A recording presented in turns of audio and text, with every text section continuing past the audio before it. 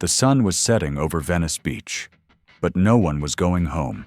A barefoot girl with flowers in her hair danced in the sand, while a Vietnam protest echoed just a few blocks away. In California, 1967, peace and rebellion walked hand in hand. They called it the Summer of Love. But under the music and smiles, something was rumbling. A cultural earthquake that would shake the world. This wasn't just a decade of good vibes and surfboards. It was a battleground of ideas, identity, and revolution. Teenagers stopped listening and started marching. Music wasn't just background noise, it was a weapon. And every street corner felt like a fork in history. If you weren't there, don't worry, because what you're about to see isn't a history lesson. It's a trip back to a time when California didn't follow the rules. It rewrote them.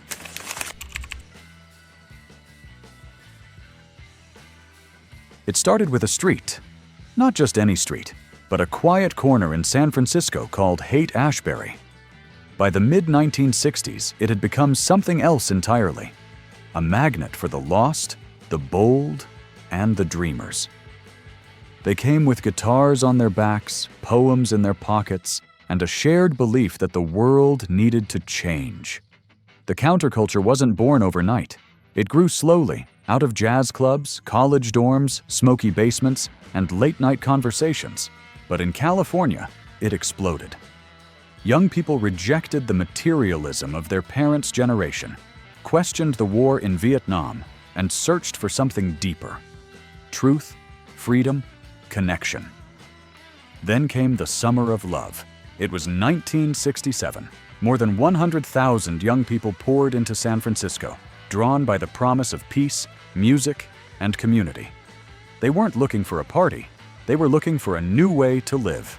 Hippies, as the media called them, filled the streets in colorful clothes, offering free food, free love, and free ideas. At the center of it all was Golden Gate Park. Not a concert venue, not a protest ground, a sanctuary.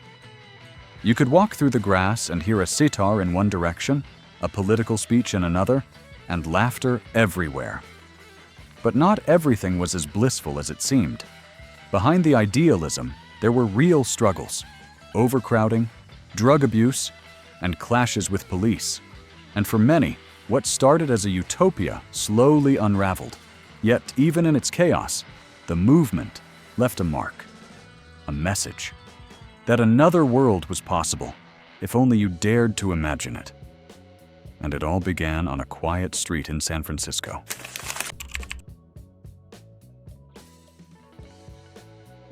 While flowers bloomed in Haight-Ashbury, another kind of fire was spreading across California. The fire of protest, justice, and defiance. The 1960s weren't just about peace and music. They were also about standing up, speaking out, and refusing to stay silent. It began on college campuses. In 1964, students at the University of California, Berkeley sparked a movement that would echo across the country. The free speech movement wasn't about violence. It was about voices. Thousands of students demanded the right to express political opinions on campus, especially opposition to the Vietnam War and support for civil rights. They were young, fearless, and unwilling to accept the idea that education should come without critical thought. Then came East Los Angeles. In 1968, thousands of Chicano students walked out of their classrooms in protest. They were tired of unequal schools, racist teachers, and a system that told them they didn't belong. These weren't just walkouts, they were a declaration. We are here. We matter. And we won't be ignored. Groups like the Brown Berets emerged, echoing the spirit of the Black Panthers, but focused on Chicano rights. They patrolled neighborhoods, organized community clinics, and marched in the streets, not with hate, but with purpose. They were fighting for dignity, for culture, for a voice in a country that often turned its back. And it wasn't just college students. All across California, from Sacramento to Watts, from San Jose to Oakland, people of color, women, immigrants, and the poor were rising. They challenged police brutality, demanded better housing, better jobs, better futures. It was noisy, it was messy, it was powerful. This was the other side of the 60s, not the dreamy haze of psychedelia, but the sharp edge of truth. California became not just a stage for culture, but a battleground for justice. The songs may have talked about love and peace, but in the streets, change was being shouted into megaphones, written on handmade signs, and carved into the soul of a generation.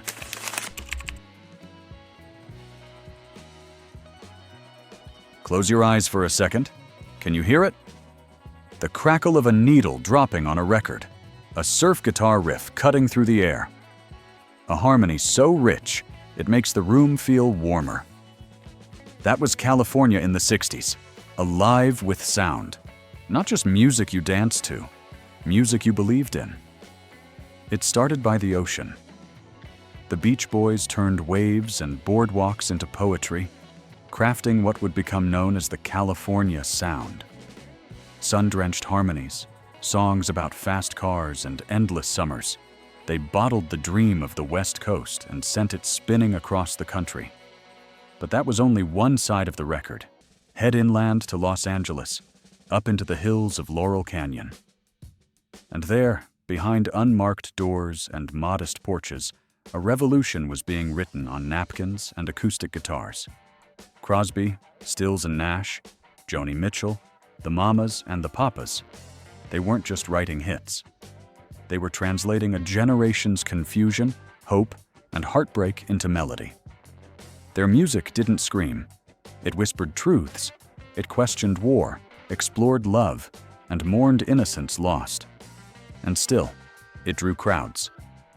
Then came the live shows, electric, chaotic, unforgettable. The Fillmore West in San Francisco, the Whiskey A Go-Go in L.A., tiny rooms filled with big energy. No flash, no auto-tune, just raw soul vibrating through amps and lungs. And let's not forget Monterey. The Monterey Pop Festival in 1967 was more than a concert. It was a cultural pivot. Janis Joplin, Otis Redding, Jimi Hendrix lighting his guitar on fire. It wasn't just music, it was testimony. California didn't just host the music of the 60s. It shaped it, nurtured it, and unleashed it. From garage bands in San Diego to psychedelic jams in San Francisco, the entire state pulsed like a giant speaker. Which California artist from the 60s do you think changed music forever? And why? We'd love to hear your opinion.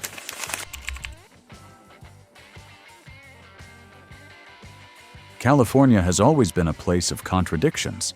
Sunshine and shadows, dreams and unrest. And in the 1960s, those contradictions were impossible to ignore. On one hand, the state was booming.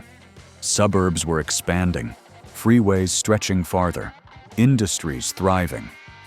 But underneath the surface, pressure was building. And politics became the battleground where it all collided.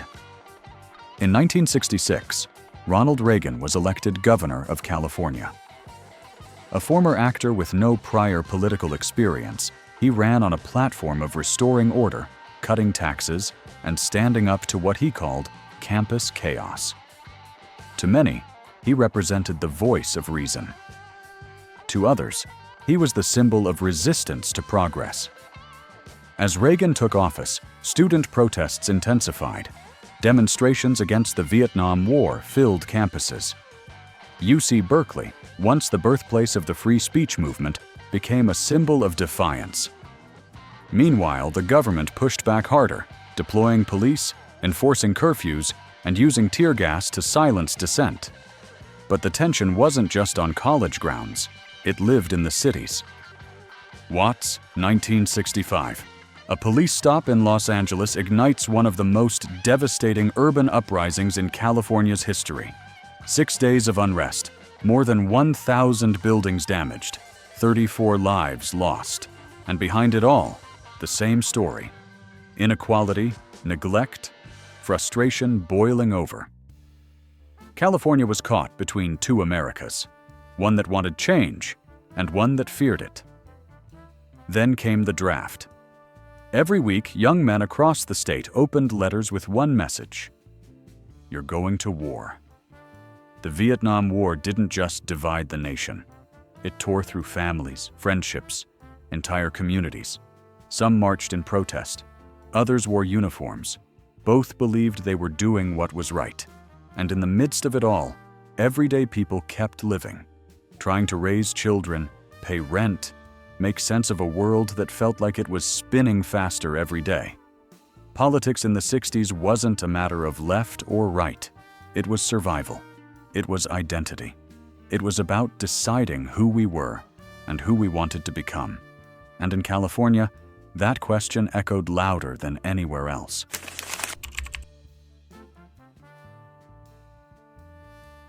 Not every moment in the 60s was a protest. Not every face carried a sign. For most people in California, life happened quietly, in living rooms, on front porches, along the Pacific Coast Highway.